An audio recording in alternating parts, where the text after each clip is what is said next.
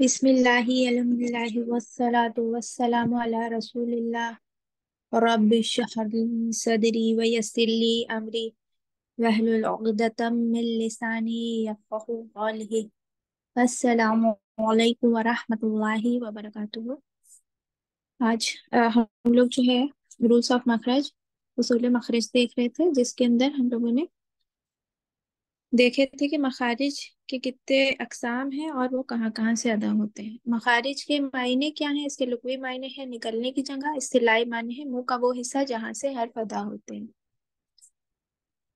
तो दो इकसाम देख ली थी मखारिज की, कौन कौन सी है? मखारिज मुहक्कका और मखारिज मुक़द्दरा।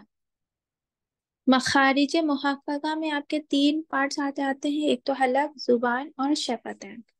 ठीक है। और मखारिज मुक़द्दरा में आपके जौफे दहन और खयशूम से निकलने अदा होने वाले जितने भी हर्फ हैं, जैसे कि गुन्ना, वहां से आपका वो आपका मखारिज मुक़द्दरा में आता है। अब मखारिज, अब जो हलक से निकलने हलक के कितने पार्ट्स हम लोगों ने देखे थे? तीन पार्ट्स देखे थे हलक के। एक आपका अक्साए हलक, एक वस्ते हलक और एक अदनाए हलक।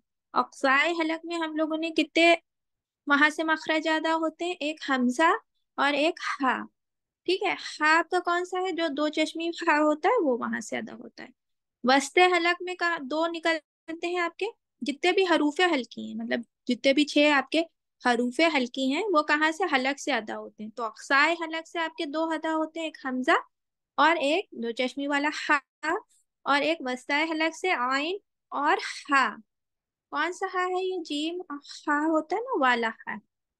और अदनाए हलक से गौइन और खा। ठीक है, गौइन और खा, ये अदा होते हैं।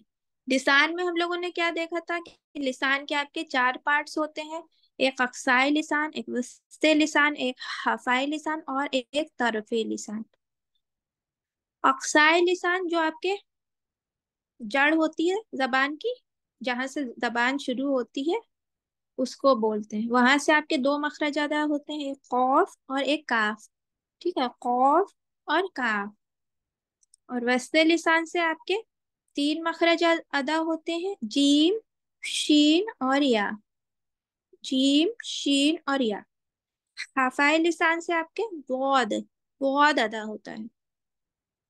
तरफे लिसान से आपके कौन कौन से हर्फ अदा होते हैं? लाम, नून और रा। ठीक है, ये हम लोग देख चुके थे अब तक की जितने भी हर्फ हैं और उनके कहाँ कहाँ से वो अदा होते हैं। ठीक है, अब हम लोग देखेंगे, जुबान का हो गया, हलक का हो गया, अब शफतैन, होठों से अदा होने वाले हर्फ देखेंगे इंशाल्लाह। ठीक है, चलिए। तो इनको हरूफे शफविया भी कहते हैं, क्योंकि ये आपके होठों से अदा होते हैं।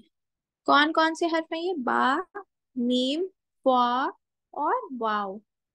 बा, मीम, फा और वाव, ये होठों से अदा होने वाले हरूफ हैं, इसलिए इनको शव हरूफे शफविया भी कहा जाता है।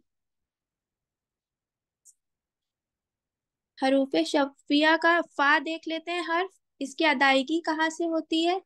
सनाया औलिया के किनारे। सनाया औलिया, आपके जो ऊपर के दो दांत होते हैं उनको सनाया औलिया, औलिया मतलब ऊपर के, सनाया मतलब बीच वाले जो दो दांत होते हैं, जब उनके किनारे, जब नीचे वाले होठ, नीचे वाला जो होठ है उसके किनारे नीचे वाले होठ के अंदरूनी हिस्से से लगे, तब आपका फा अदा होता है।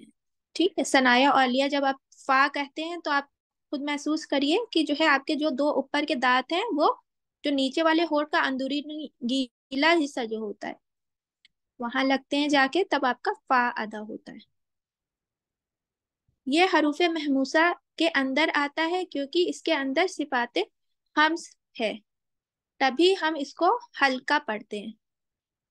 हम सिफाते हम्स क्या होता है? हम्स मतलब ये होता है कि जो हवा का जारी रहना, मतलब आप किसी लफ्ज को पढ़ रहे हैं तो उसमें आपका एकदम से वो रुक नहीं जाता है, जैसे अलिफ में रुक गया फौरन, ऐसे नहीं। फा में थोड़ी देर आपकी आवाज आपकी हवा जो है रुकती नहीं है, एकदम से ठहर नहीं जाती है, जारी रहती है ना। तो इसलिए इसको हम लोग बारीक पढ़ते हैं।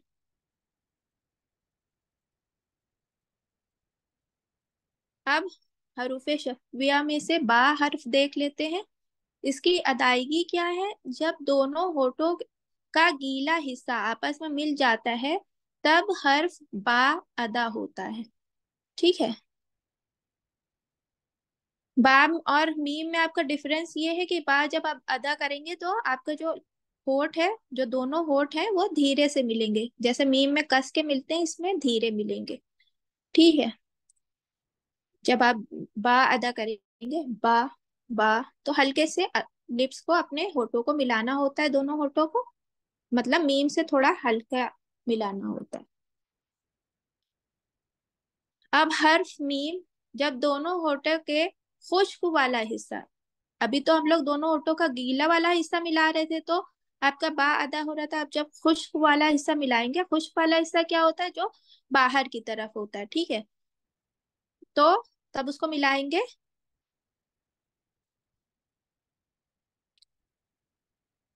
जब दोनों होठों का खुश्क वाला हिस्सा आपस में मिल जाते हैं या पूरी तरह से चिपक जाते हैं तब आपका हर्फ मीम अदा होता है। ठीक है। पूरी तरह से मिल जाते हैं या चिपक जाते हैं तब आपका मीम अदा होता है। Meme, meme. ठीक है।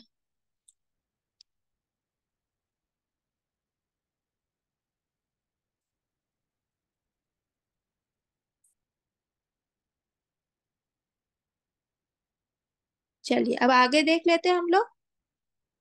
वाव, हरूफे शफ़विया में से आपका वाव आता है। इसकी अदायगी क्या है? जब दोनों होठों को गोल करने या दोनों होठों के किनारे मिलकर और बीच का हिस्सा खुला रहे।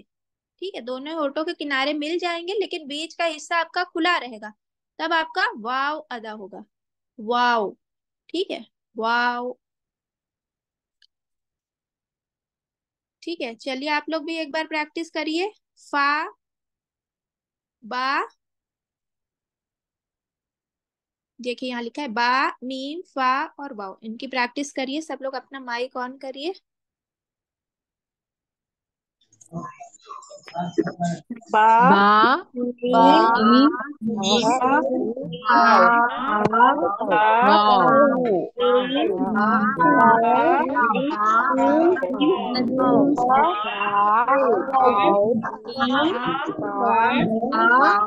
मीम बा वाव मीम वाव। चला। ठीक है। अब सिर्फ फा की प्रैक्टिस करिए। ठीक है। आप सबको सिर्फ फा की प्रैक्टिस करनी है अभी।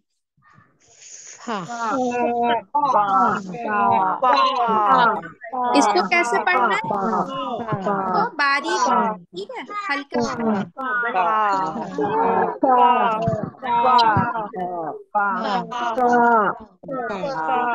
अब बा की प्रैक्टिस करिए।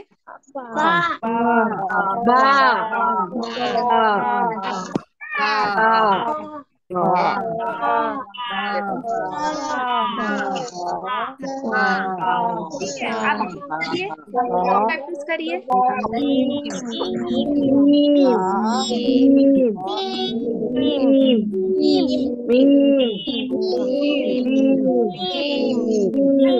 अब वाव की प्रैक्टिस करिए।